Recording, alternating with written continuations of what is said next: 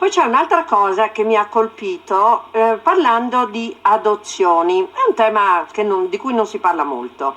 Nel 2016 la Regione sostiene le coppie adottive, concorsi e progetti territoriali impegnando 470.000 euro. Trovo che sia una cosa molto importante questo, perché non si parla mai di adozioni. Ma sì, soprattutto anche perché guardi, l'avere un figlio adottivo vuol dire aver fatto un percorso che spesso è un calvario. Vero. È un vero e proprio calvario, oltre che psicologico, anche da un punto di vista pratico, logistico e anche economico, perché sono costi.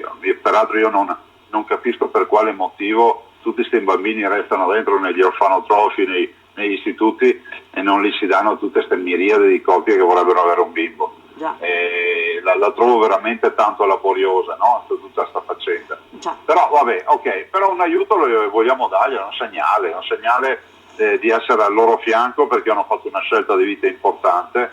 Io conosco famiglie che hanno adottato anche 3 fratellini contemporaneamente, conosco una famiglia che aveva un'adozione per un bimbo e poi ha scoperto che questo bimbo aveva una bimba, ha scoperto che c'era un'altra bimba, e quindi hanno cambiato il modello dell'adozione e sono diventati due. Insomma, ci sono tante storie belle. Io direi che aiutarli è anche un bel segnale.